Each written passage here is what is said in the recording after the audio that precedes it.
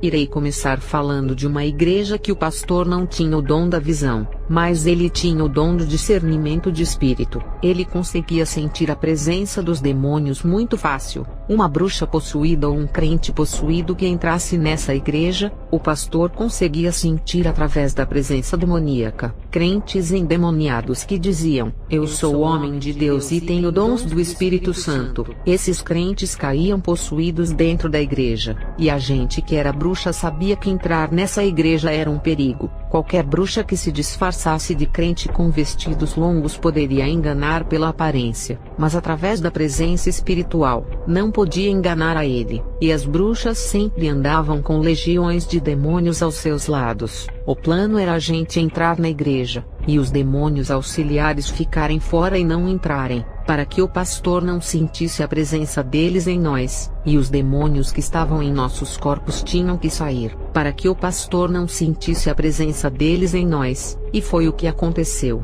Todos os demônios ficaram fora da igreja observando o que iria acontecer. Quando entramos ali, vestidas de crentes com vestidos longos e sem nenhuma vaidade, o pastor olhou para a gente e sentiu algo maligno em nós, mesmo sem os demônios dentro do nosso corpo. A gente era tão maligna que ele sentiu a presença diabólica. O mundo do ocultismo é assim. Quanto mais se aprofunda na feitiçaria, mais os adeptos de Satanás ficam parecidos com o seu mestre, tornando a sua imagem e semelhança. Tem bruxas e bruxos que se dedicam tanto no ocultismo que se tornam um demônio. E aquele pastor chamou uma das bruxas, e ao impor sua mão sobre a cabeça dela, a bruxa caiu para trás. E eu e as outras bruxas apontamos as nossas mãos em direção ao pastor, e pelo meu dom da minha visão, eu vi bolas de magias parecendo fogos vermelhos iguais a do inferno, e de nossas mãos saíram tantas bolas de fogo vermelhas em direção ao pastor, e batiam em seu corpo,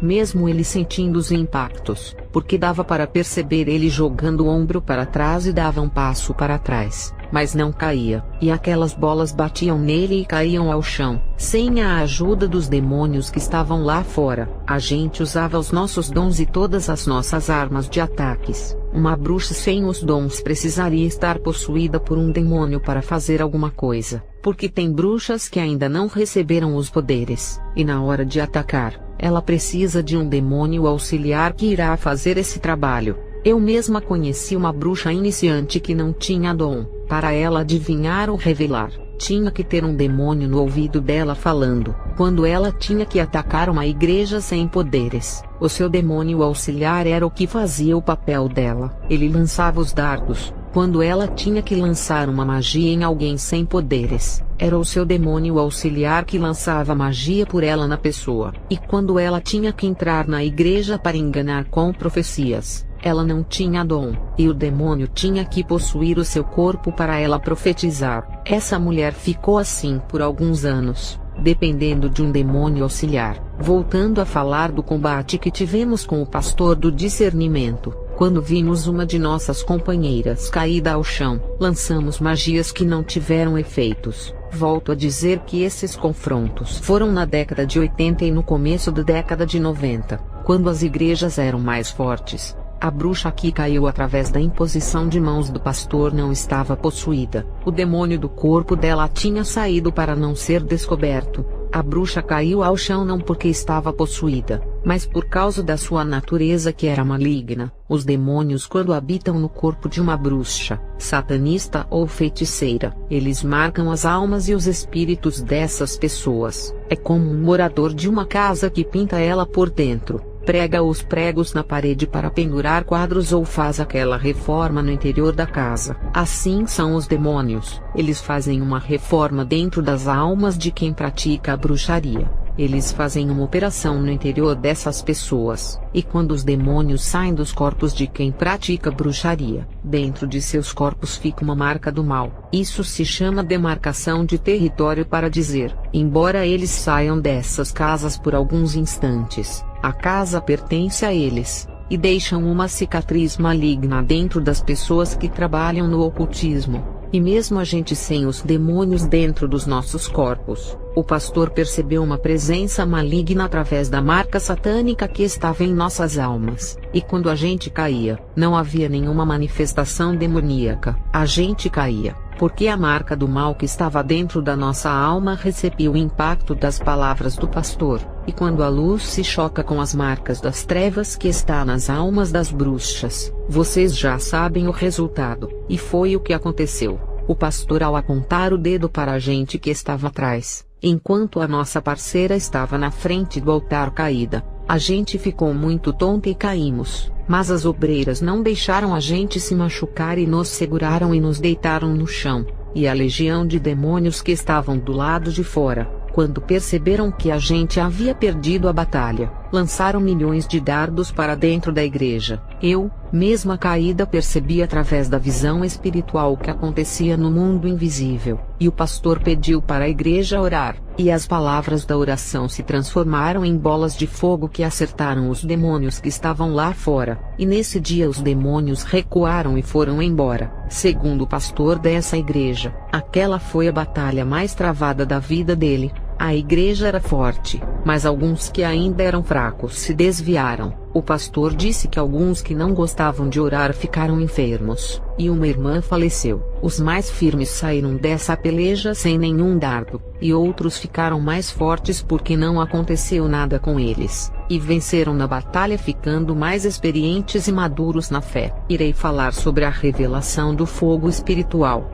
O fogo normal queima nossa carne, porque esse tipo de fogo criado pelo homem é próprio para queimar a matéria, assar a carne ou fritar. É o fogo que é produzido pelo gás, isqueiro, querosene e fósforo. É o fogo terreno ou fogo humano. O fogo espiritual é diferente. Ele não queima a carne, mas atinge a alma e o espírito. Por isso que quando um pastor confronta uma pessoa endemoniada, quem sofre as queimaduras são os demônios, não as pessoas que são possuídas. Fogo material queima a matéria, que é o mesmo fogo da terra que queima uma pessoa que é formada da terra. Fogo espiritual não queima a matéria. A pessoa sente apenas um calor, porque esse fogo espiritual vai direto para o espírito humano. O fogo espiritual atinge os espíritos malignos e também o da pessoa. Já o fogo físico atinge o que é físico e toda a matéria, tudo que se toca e pode ver. O fogo da terra queima. O fogo espiritual já não pode queimar aquilo que se toca e vê, mas pode queimar o invisível que não se pode tocar. Uma pessoa que não tem demônio,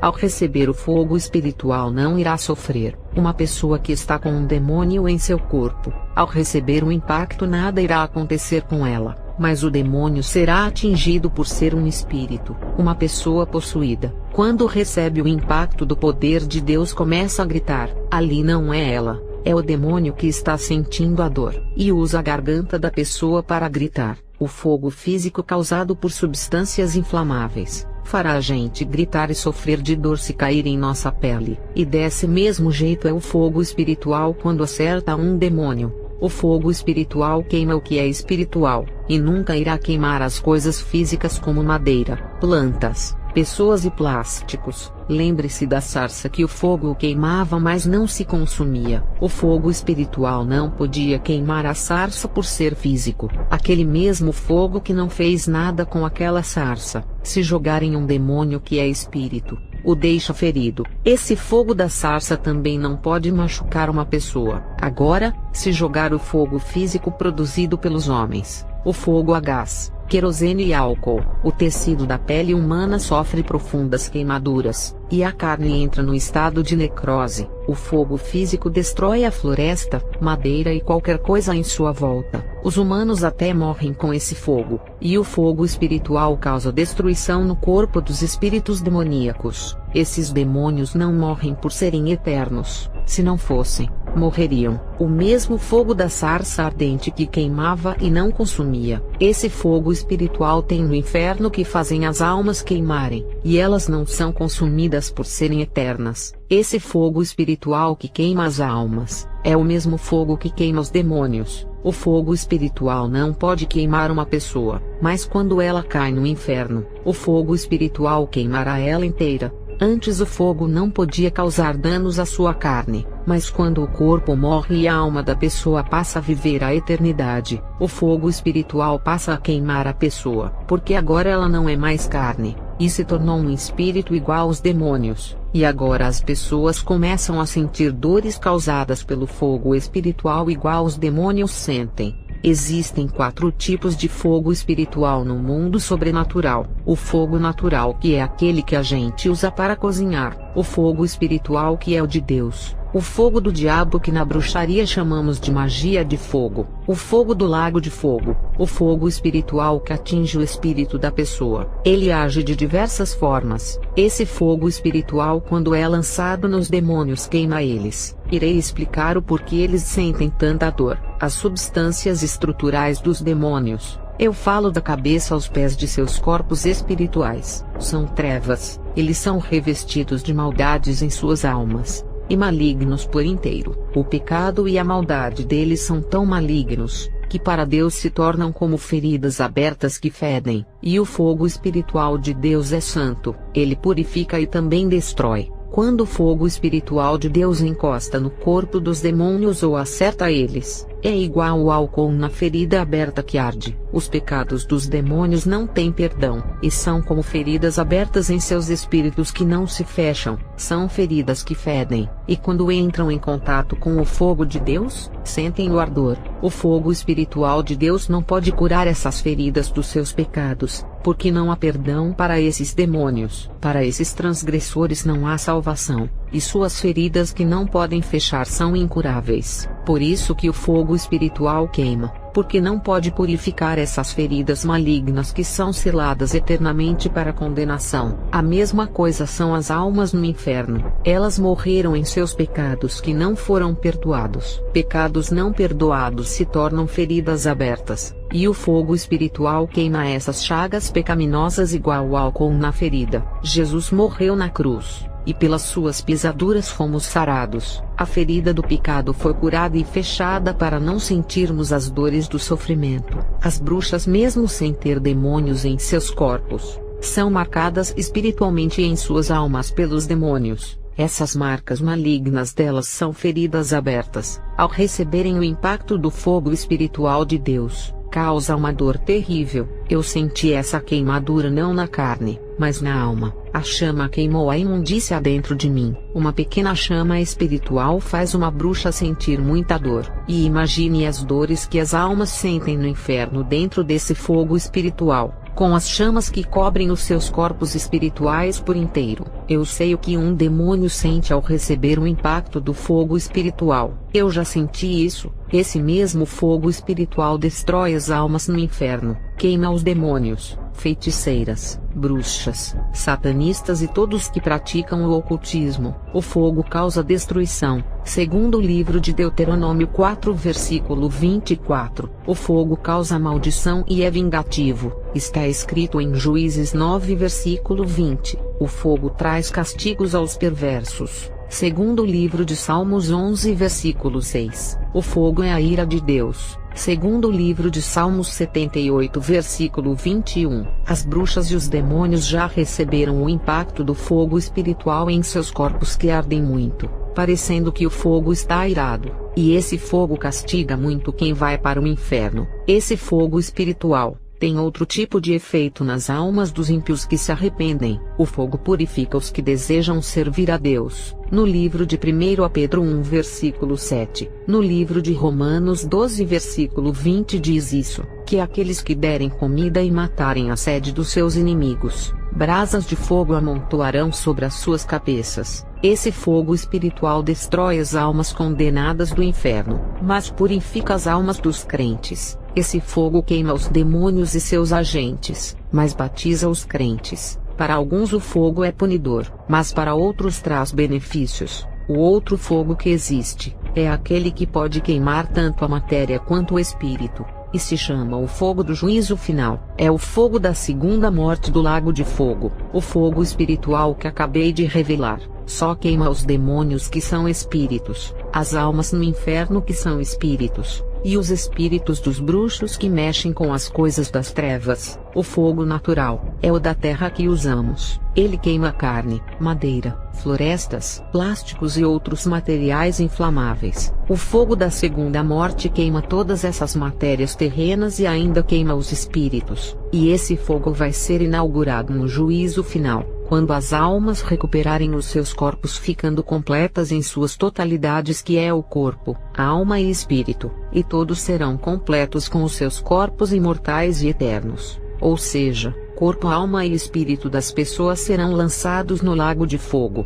Esse fogo da segunda morte causará dor na alma, na carne e no espírito. Enquanto o fogo espiritual só queima o espírito e não queima a carne, o fogo da segunda morte queimará tanto a carne como o espírito. Até hoje, ninguém experimentou desse fogo, que é o pior de todos, porque esse fogo tem mais capacidade de consumir os humanos. Irei explicar. As almas condenadas irão ressuscitar. Os seus corpos não serão glorificados, mas serão corpos normais de quando estavam vivos na terra. Porém, imortais eles serão, para sentirem os danos da segunda morte em suas carnes, e também na alma e no espírito. O fogo espiritual do inferno não pode causar dano na carne, e aflige só o espírito da pessoa. Já o fogo natural queima a nossa carne aqui na terra, mas não queima o nosso espírito. O fogo da segunda morte vai fazer a mesma função do fogo espiritual e do fogo carnal, que é o fogo material da terra. Os demônios conseguem circular no inferno,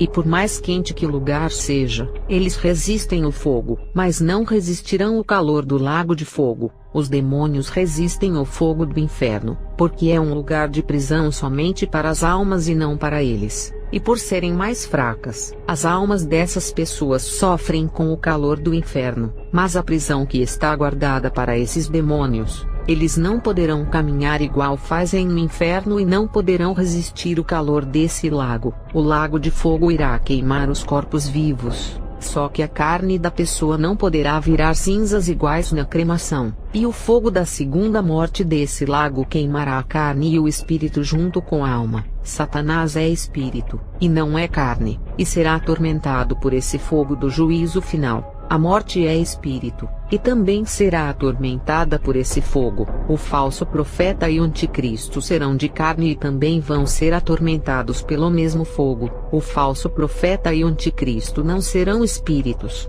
mas pessoas humanas que cairão vivos lá dentro. Os mortos ressuscitados serão corpos humanos de pessoas, e suas carnes irão ser queimadas no lago de fogo, independente de serem carnes que são os ressuscitados ou somente espíritos que são os demônios. Esse fogo do juízo de Deus queima qualquer coisa. Ele é o mais terrível de todos. O Deus poderoso é o único que cria um fogo tão terrível que pode atingir a matéria e o espírito ao mesmo tempo. Na passagem de Elias, quando ele fez o altar, o fogo caiu do céu e lambeu toda a água que estava no rego do altar. O nosso fogo natural, ao entrar em contato com a água, se apaga. O fogo espiritual, que é invisível, não pode secar aquela água do altar por não poder tocar nela. Somente um fogo especial que pode secar a água, e não se apagar. O mesmo Deus que cria um fogo assim, fez um lago de fogo capaz de causar os piores tormentos tanto na carne quanto no espírito. Olha o fogo da sarça ardente. Esse fogo não consumia aquela planta. Qualquer fogo natural fazia aquela planta virar carvão.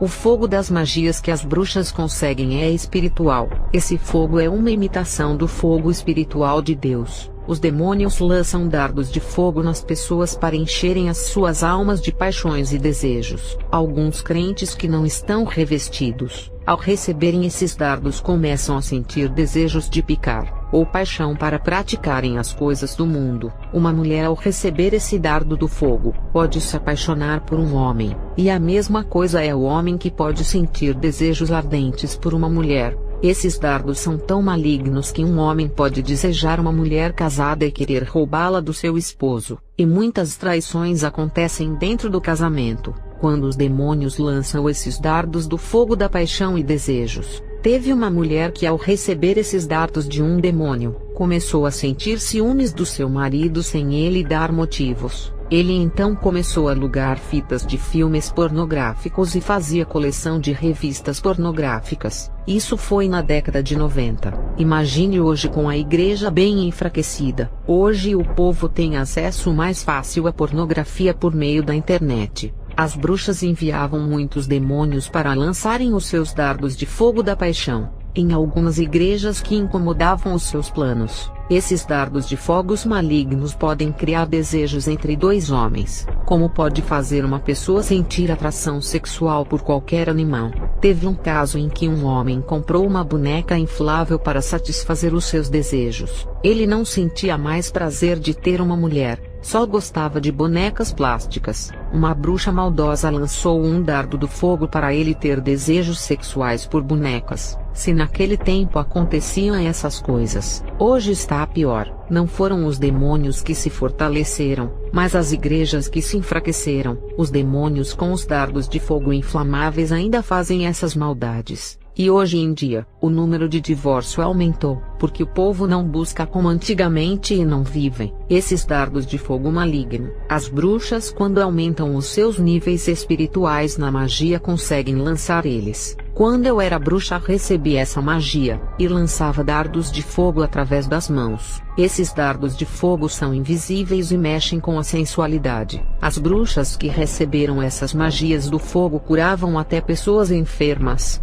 Então, quem recebia o fogo da magia podia causar desejos e paixões nas pessoas, e também curá-las de doenças que os médicos diziam não ter cura. A magia do fogo dava muita energia para as bruxas fazerem o que quisessem, e ainda dava autoridade. A bruxa que recebesse a magia do fogo expulsava até demônios, e domava-os para os seus propósitos. Os demônios chefes davam ordens para os demônios menores na hierarquia obedecerem às bruxas que conseguissem receber a magia do fogo. Como é que as bruxas conseguiam essa magia? Elas faziam uma lareira dentro da casa ou no quintal da casa. Algumas acendiam o fogo da churrasqueira, ou um buraco cavado no chão para fazer fogo. Podia fazer um cercado de tijolo ou pedras no quintal, para fazer fogo em um canteiro limpo. As áreas desertas são ótimas para praticar a magia. São vários fogos e fogueiras grandes que elas faziam em seus rituais. Os lugares tinham que ser limpo e seco. Não podia ser úmido. Pedaços de madeira e combustíveis para acender a fogueira eram essenciais. Os fogos em formas de círculo mágico ou em hexagrama. Velas vermelhas eram usadas nas pontas do hexagrama em tempo quente no verão, e as manifestações quando eram fortes. As velas se apagavam e o fogo também,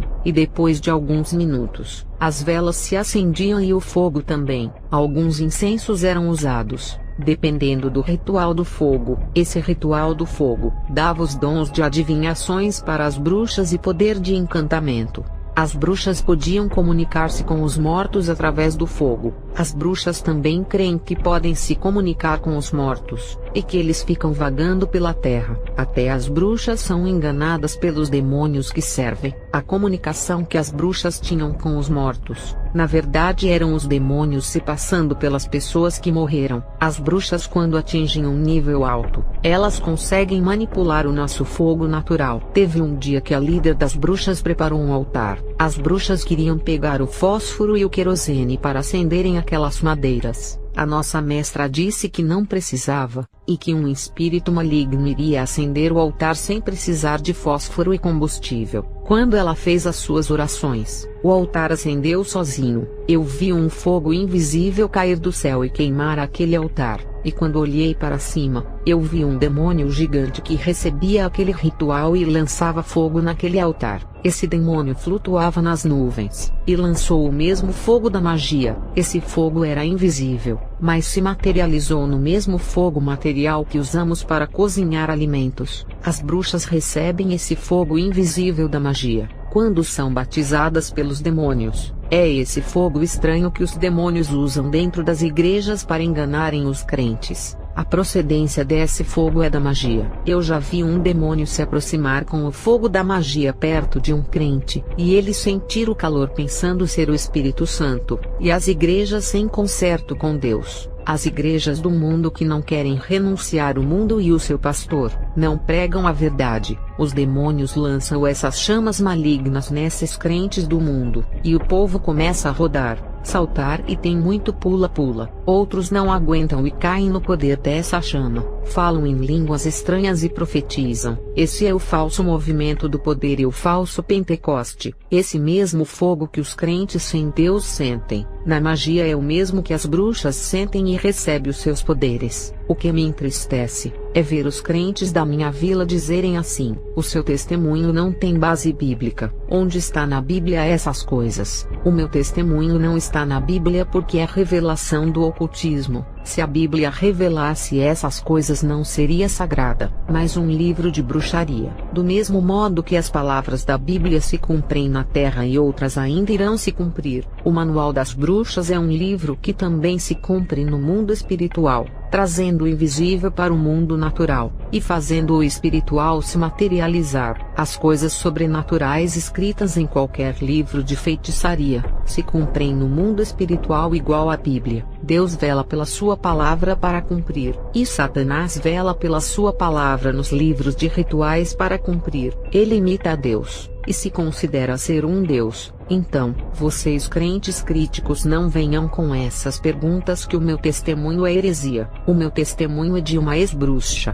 e está baseado nos livros de feitiçaria. O crente que pratica a Bíblia e ora muito, ele entra no mundo espiritual e tem experiências com Deus. A bruxa, quando pratica os seus livros, também entra no mundo espiritual e tem as suas experiências com os espíritos do mal. Todo o meu testemunho foi baseado nas experiências que tive quando era uma bruxa, e aqui eu revelo como é o mundo espiritual, e as estratégias malignas de destruição do povo de Deus. Os crentes que têm inteligência espiritual, ao ouvirem um testemunho desses, irão vigiar e orar mais, se santificar e buscar revestimento para não serem enganados. E os críticos, ao ouvirem esse testemunho, não irão se preparar, e irão zombar se achando sabe tudo. Esses crentes críticos nunca foram bruxos e não entendem o mundo do ocultismo, e querem dar opiniões se é heresia ou não. O fato da Bíblia não revelar, os livros de bruxaria revelam, o que assegura a veracidade. Não é porque a Bíblia não revela que possa ser mentira, até porque a Bíblia não tem prazer de revelar os planos do diabo, mas o propósito da palavra de Deus é a salvação e a santidade, para que o povo venha morar no céu. Os críticos nem sabem o que é o mundo espiritual, nunca tiveram experiências nem com Deus e muito menos com os demônios igual às bruxas. Esses críticos se acham os superiores, mas quando eu era bruxa, me unia com as outras, e quando vi um deles criticar o ocultismo e menosprezar, a gente não fazia magias para levarmos eles à sua queda porque já estavam caídos, e não havia como derrubar quem já estava no chão. O que a gente fazia com esses críticos era lançar dardos da morte, da depressão e também da loucura. Em 20 anos de bruxa, eu vi muitos crentes morrerem de câncer, parada cardíaca, derrame cerebral, parada respiratória, depressão e espíritos da loucura. E quem eram esses crentes? Eram os críticos que, ao invés de usarem as suas línguas para orar, ficavam criticando, em vez de usarem os seus conhecimentos para ganharem almas, se envolviam em debates para ver quem era o melhor.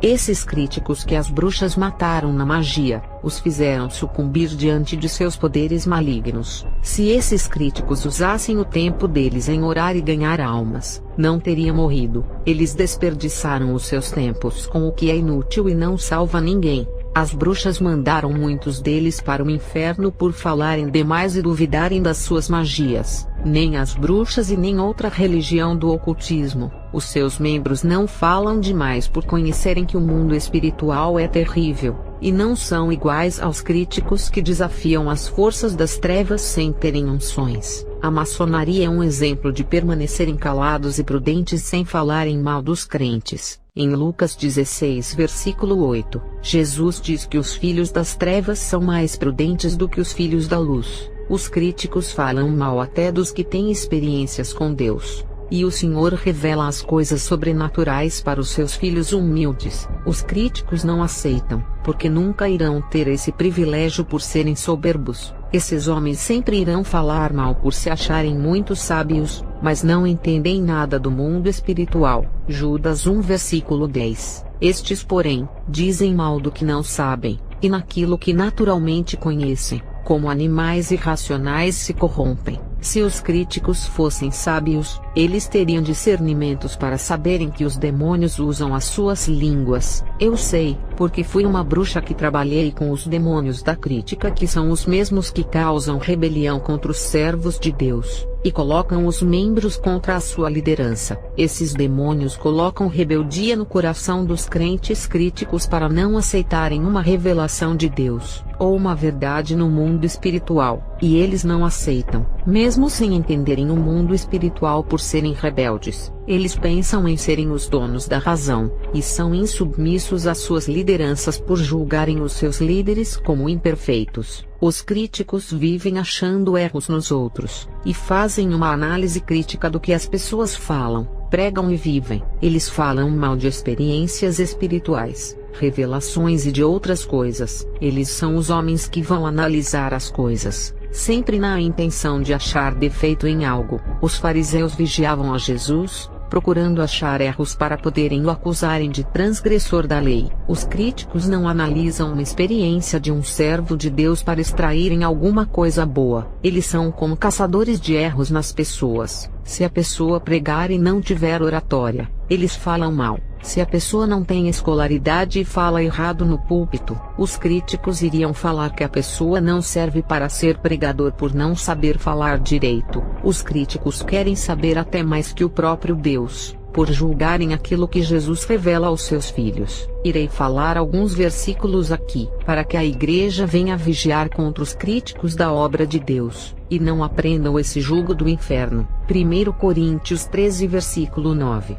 Porquanto em parte conhecemos, e em parte profetizamos. Essa palavra é uma tapa na cara de todos que pensam em conhecer tudo do mundo espiritual. Os críticos querem refutar as coisas espirituais usando as teologias dos homens, e aqueles que são arrebatados, e Deus revela 2% das coisas do céu e 3% do inferno. E esses que visitaram esses lugares, se exaltam pensando que sabem tudo, e Deus nem revelou nem 6% do mundo espiritual para esses. 1 Coríntios 8 versículo 2. A pessoa que imagina conhecer alguma coisa, ainda não tem a sabedoria que necessita. No livro de Jó 11 versículos 7 e 8. Poderás descobrir as profundezas de Deus, poderás desvendar a perfeição do Todo-Poderoso. Jó 26 versículo 14. E isso tudo representa apenas mínima parte de todo o seu poder e das maravilhas de suas obras. Um suave sussurro é o que ouvimos de Deus. Todavia, quem será capaz de compreender o trovão e a luz do seu poder? Salmos 40 versículo 5. Ó Senhor, quantas maravilhas tens realizado, bem como teus desígnios. Quisera eu poder proclamá-los e pregá-los todos, mas são por demais numerosos. Salmos 139 versículo 6. Tal conhecimento é para mim demasiado maravilhoso, tão elevado o seu poder que não posso compreender totalmente. Esse versículo ensina que mesmo Deus revelando as suas maravilhas que são tão elevadas, que mesmo vendo não conseguimos compreender totalmente. Daniel não compreendia as suas visões, e Deus revelou algumas e selou as outras. E com João na ilha de Patmos, o seu mestre Jesus revelou coisas que a sua mente humana não podia entender. Qualquer pessoa hoje que tem experiências no mundo espiritual, se Deus não revelar aquilo que os olhos estão vendo, não irão entender nada. Se para quem tem essas experiências só conseguem entender por parte, e aqueles que nunca tiveram experiências, e acham que podem discernir as experiências dos outros usando as suas mentes carnais ou conhecimentos de teologias, para esses são enigmas. Romanos 11 versículo 34. Pois quem conheceu a mente do Senhor, quem se tornou seu conselheiro? Mateus 11 versículo 27. Todas as coisas que foram entregues por meu Pai, ninguém conhece conhece o Filho senão o Pai, e ninguém conhece o Pai a não ser o Filho, e aquele a quem o Filho desejar revelar. Se Jesus desejar revelar os seus desígnios às pessoas mais humildes, quem sou eu para criticar as revelações que essa pessoa recebeu? Quem é o mundo para questionar o que Deus revelou? E se Deus revela para os seus filhos de suas maravilhas, são apenas uma pequena partícula do sobrenatural. O nosso conhecimento não está preparado para receber tanta informação do mundo espiritual. A nossa mente é pequena demais, e tem um limite para obter o conhecimento espiritual. A mente humana não suporta as revelações da eternidade que são numerosas e infinitas. 1 João 3 versículo 2. Amados, somos filhos de Deus e ainda não se manifestou o que havemos de ser. Quando ele se manifestar, seremos semelhantes a Jesus e o veremos como ele é. Quando esse dia chegar, nós seremos semelhantes a Jesus, e havemos de ser uma pessoa com o corpo transformado em glória e eternos. A nossa mente transformada com o arrebatamento, terá capacidade para receber todo o conhecimento de Deus, do céu e do inferno, e teremos uma mente larga para receber todo o conhecimento sem esquecer. 1 Coríntios 13 versículo 12. Porque agora vemos por espelho em enigma, mas então veremos face a face. Agora conheço em parte, mas então conhecerei como também sou conhecido. Não só a Jesus conheceremos perfeitamente como ele é, mas todos os desígnios espirituais que estavam ocultos aos nossos olhos, e todos os mistérios do mundo espiritual que ainda não chegaram ao saber dos cristãos. As nossas pequenas revelações do mundo espiritual do céu e do inferno, é como um grão de areia por aquilo que ainda será revelado aos santos nas bodas do Cordeiro. 1 Coríntios 2 versículo 9. Mas como está escrito, as coisas que o olho não viu, e o ouvido não ouviu, e não subiram ao coração do homem, são as que Deus preparou para os que o amam. Isso é além da premiação. A cortina do mundo espiritual será aberta, e muitos segredos encobertos a toda a carne serão revelados. Irei finalizar esse vídeo, e darei continuidade em outro vídeo que fala a origem da crítica no mundo espiritual das trevas. Eu encerro essa parte da revelação, e darei continuidade no próximo vídeo.